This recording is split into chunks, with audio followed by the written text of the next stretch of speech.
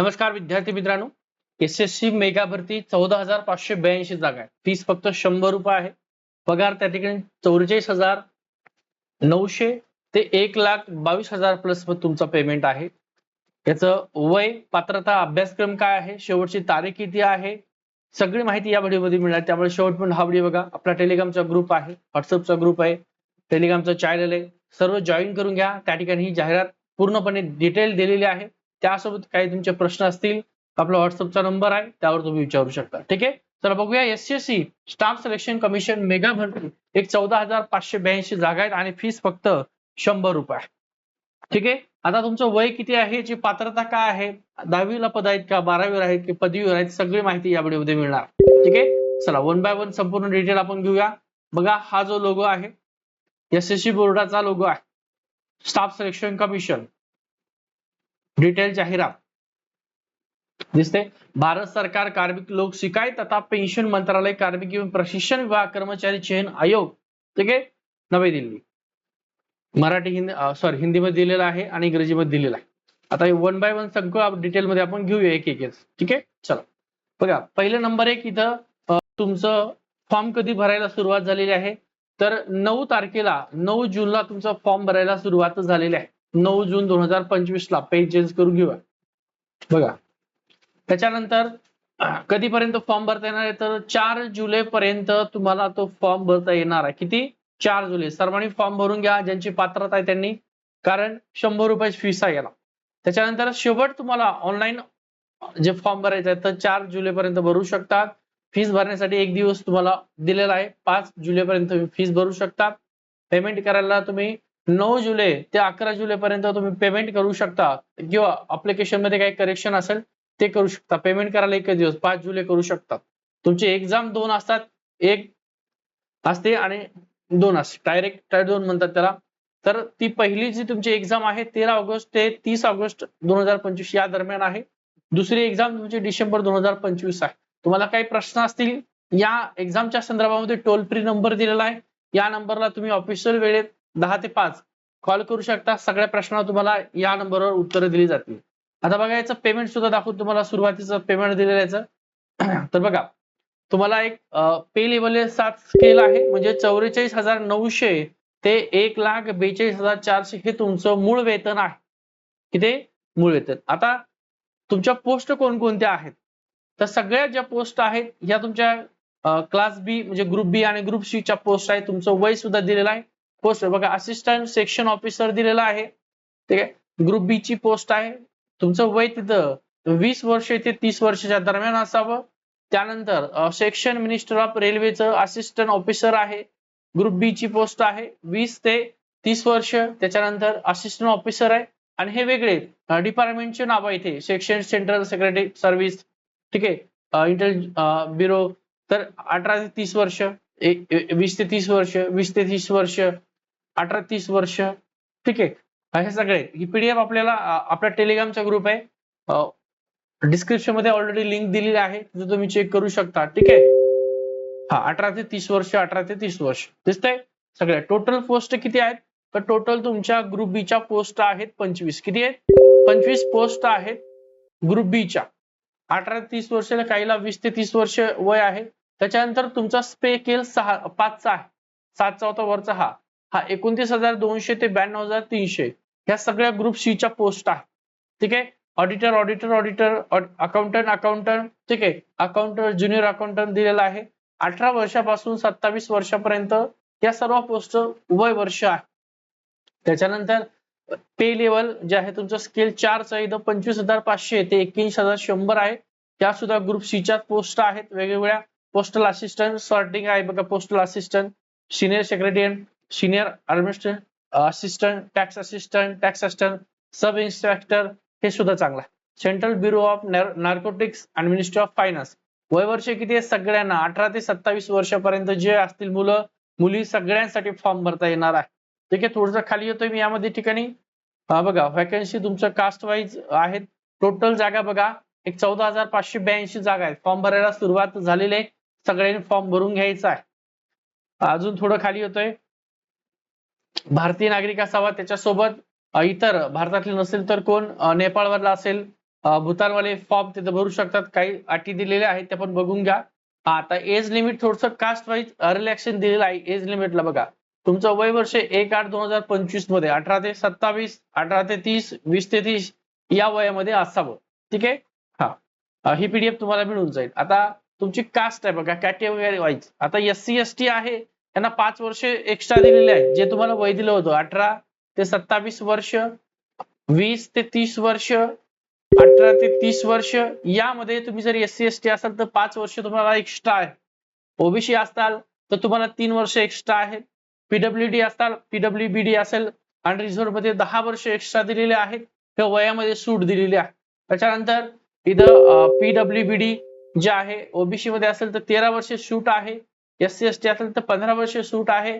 त्यानंतर ex serviceman असेल तर तुम्हाला ते 3 वर्ष आणि अजून एक्स्ट्रा सूट दिलेली आहे. ठीक आहे.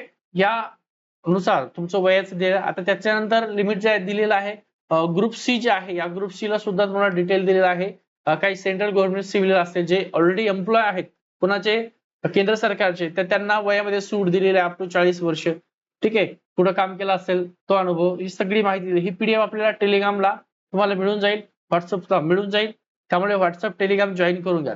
चॅनल नवीन असताना सबस्क्राईब नसेल केलं तर याच प्रकारच्या जेवढ्या केंद्र सरकारच्या, महाराष्ट्र सरकारच्या जाहिरात येतील त्यासाठी हा व्हिडिओ सगळ्यांनी सबस्क्राईब करा. आणि सर्व ज्या ग्रामीण भागातले आहेत, शहरी भागातले ज्यांना फॉर्म भरायचे, ज्यांचं वय वर्ष 18 ते 27, 20 ते 30 या वयोगटात आहे, त्या सगळ्यांना हा व्हिडिओ नक्की शेअर करून द्या.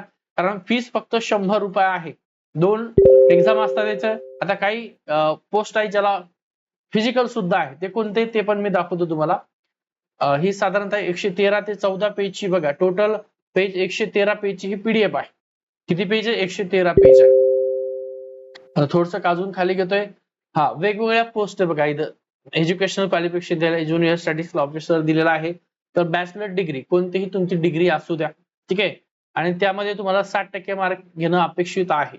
त्याच्यामध्ये तुमचं मॅथमॅटिक्स 12वीला असावं, और बॅचलर डिग्री सब्जेक्ट स्टॅटिस्टिक असावं. तर वेगवेगळ्या याच्यानुसार वेगवेगळं क्वालिफिकेशन दिलेलं आहे. तर एक वेगळा व्हिडिओ आपण परत घेऊ किंवा प्रत्येक पोस्टनुसार आणि ऑल पोस्ट, अदर पोस्ट ज्या दिलेल्या आहेत त्याच्यासाठी दिलेला आहे की कुठलीही डिग्री चालते. काही पोस्ट आहेत ज्याला ऑल पोस्ट जे आहे, फक्त ह्या 2 पोस्ट सोडून, कोणत्या 2 पोस्ट? ज्युनियर स्टॅटिस्टिकल ऑफिसर आणि स्टॅटिस्टिकल इन्व्हेस्टिगेटर, या 2 पोस्ट सोडल्या तर बाकी सगळ्या पोस्टसाठी काय, फक्त डिग्री लागते. कुठलीही एनी डिग्री लागते. ओके सर, थोडंसं पीडीएफ अजून खाली घेतो. हाऊ टू अप्लाय, कसं अप्लाय करायचं डिटेल या पीडीएफ मध्ये दिलेला आहे. एकदम डिटेल सगळ्या पीडीएफ मध्ये दिले. बघूया आपण, ते पण तुम्हाला सांगतो कशा प्रकारे दिलंय. तुमचं एज झालेलं आहे. आता तुमचा अभ्यासक्रम काय असणार आहे तो अभ्यासक्रम आपण येऊया इथं. बघा, आता ह्या एक्झामिनेशन सेंटर कोड दिलेला आहे तुम्हाला. हा सेंटर कोड दिलेला आहे तुमचा. त्याच्यासोबत कुठं आहे, प्रत्येक राज्यावाईज याचा सेंटर दिलेला आहे, ऍड्रेस दिलेला आहे, रेल्वेचा, ही संपूर्ण माहिती आहे. महाराष्ट्राची असेल तर महाराष्ट्राचा सुद्धा दिले. एकदा महाराष्ट्राच्या घेऊया आपण. एक सेकंद. हे उत्तर प्रदेश, बिहार दिले, ओडिसा, अंदमान निकोबार दिले, कर्नाटकचं दिलेलं आहे, मध्य प्रदेश दिलेला आहे. त्याच्यानंतर नॉर्थ ईस्ट दिले, मणिपूर, इकडं नॉर्थ आहे, उत्तराखंड आहे, महाराष्ट्र कुठे गेले, साऊथर्न आंध्र प्रदेश, तामिळनाडू, वेस्टर्न आपलं दादर नगर हवेली, गोवा, गुजरात आणि महाराष्ट्र. वेस्टर्न रिजन मध्ये आपले महाराष्ट्र येऊन जातं.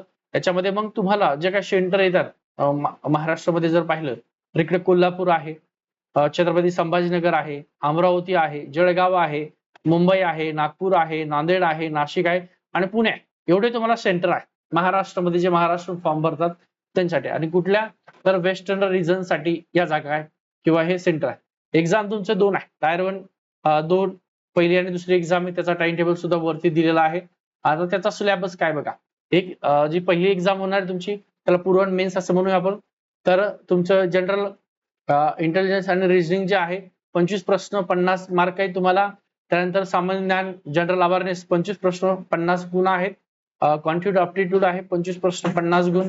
आणि इंग्रजी आहे कॉम्प्रिहेन्शन 25 प्रश्न 50 गुण. टोटल तुम्हाला एक 100 क्वेश्चन आहेत. आणि तुम्हाला एक म्हणजे साधारणतः तुमचा वेळ हा 1 तास आणि 20 मिनिटाचा दिलेला आहे. अदर कॅन्डिडेट दिलेला आहे, म्हणजे तुम्हाला वेळ 1 तासाचा त्या ठिकाणी वेळ आहे, म्हणजे 60 मिनिटं तुम्हाला दिले. त्यानंतर 2 नंबर जे आहे, बघा एक्झामिनेशन तुमची जी सेकंड टायरची एक्झाम आहे त्याच्यामध्ये मॅथमेटिकल ॲबिलिटी आहे, रिजनिंग आणि जनरल इंटेलिजन्स आहे. त्यात 30-30 मार्कला तुम्हाला दिलेले आहे टोटल. 30 प्रश्न आहे, 60 मार्क, 60 गुण आहेत आणि एका प्रश्नाला 3 गुण आहे. म्हणजे साधारणतः 60 प्रश्न 180 गुण तुम्हाला दिलेत. याला सुद्धा तुम्हाला 1 तासाचाच कालावधी दिलेला आहे. त्यानंतर पेपर 1 नुसार दिले, सेक्शन 2 सगळे डिटेल माहिती दिलेली आहे. पीडीएफ तुम्हाला मिळून जाईल, काळजी करू नका. पीडीएफ आपल्या टेलिग्रामचा ग्रुप जॉईन करा. ठीक आहे. आता वेगवेगळे सेक्शन 1 दिला इथं तुम्हाला पेपर 1 जे पास झाले त्यांना सेक्शन 1, सेक्शन 2 दिले, सेक्शन 3 कम्प्युटर नॉलेज तुमची टेस्ट होणार आहे आणि सेक्शन 4 जो आहे डाटा एंट्री तुमची स्पीड, ज्या जागा याच्यावर आहेत, टायपिंगच्या लेवलवर जागा आहेत, अकाउंटच्या जागा आहेत, त्यांची टायपिंग वेगळी होणार आहे. बाकीचे काही फिजिकलच्या एक्झाम आहेत किंवा फिजिकलच्या पोस्ट आहेत, त्यासाठी फिजिकल सुद्धा ते पण खाली दिलेलं आहे. हे सगळा तुमचा सिलेबस आहे. General awareness, confidence, aptitude, English comprehension दिलेला आहे. सगळा सिलेबस डिटेलमध्ये दिलेला आहे. ओके. थोडस खाली कोणत्या कोणत्या पोस्ट आहेत ज्याला फिजिकल आहे, त्या पोस्ट सुद्धा मी तुम्हाला दाखवतो. ज्या पोस्टला काय फिजिकल आहे. एक सेकंड. चला, फिजिकल वाल्या पोस्ट बघा, इथं काही दिलेलं आहे, स्पेसिफिक फिजिकल दिलेलं आहे. आता रिक्वायर्ड फिजिकल स्टँडर्ड दिलंय, फिजिकल टेस्ट, मेडिकल स्टँडर्ड कोणते आहेत बाबा? इन्स्पेक्टर सेंट्रल एक्साइजचे आहे, इन्स्पेक्टर एक्झामिनेशन सीबीआयसी आहे, सीबीआयसी आहे इन्स्पेक्टर. या सगळ्याच्या पोस्ट आहेत, यासाठी तुम्हाला फिजिकल वेगळं आहे. ठीक आहे. साधारणतः 1 2 3 4 5 6 ह्या वेगवेगळ्या पोस्ट आहेत या सगळ्या डिपार्टमेंटच्या. याला तुमचं फिजिकल दिलंय आहे, खाली फिजिकल दिलंय डिटेल मध्ये बघा, दाखवतो तुम्हाला. एक सेकंड थोडीशी, कारण 113 पेजची पीडीएफ आहे. तुमचं मोड ऑफ सिलेक्शन सुद्धा दिलेलं आहे. युआर तर 30% पाहिजे, ओबीसी ईडब्ल्यूएस 25% आणि अदर कॅटेगरीला 20% असं दिलेलं आहे. मॅक्झिमम मिनिमम सगळं डिटेल मध्ये दिलंय. फिजिकलचं सुद्धा दिलंय, 1 मिनिट खाली आहे. चल ओके, ठीक आहे. आपला टेलिग्रामचा ग्रुप जॉईन करा, व्हॉट्सअप जॉईन करा, त्यासोबत युट्यूब चॅनल नवीन असाल चॅनल सबस्क्राईब करा, त्याची बेल आयकॉन सबस्क्राईब करून द्या, बेल आयकॉन प्रेस करा, जेणेकरून नवीन अपडेट तुमच्यापर्यंत आली तर लगेच मी पोहोचून देईल. ठीक आहे.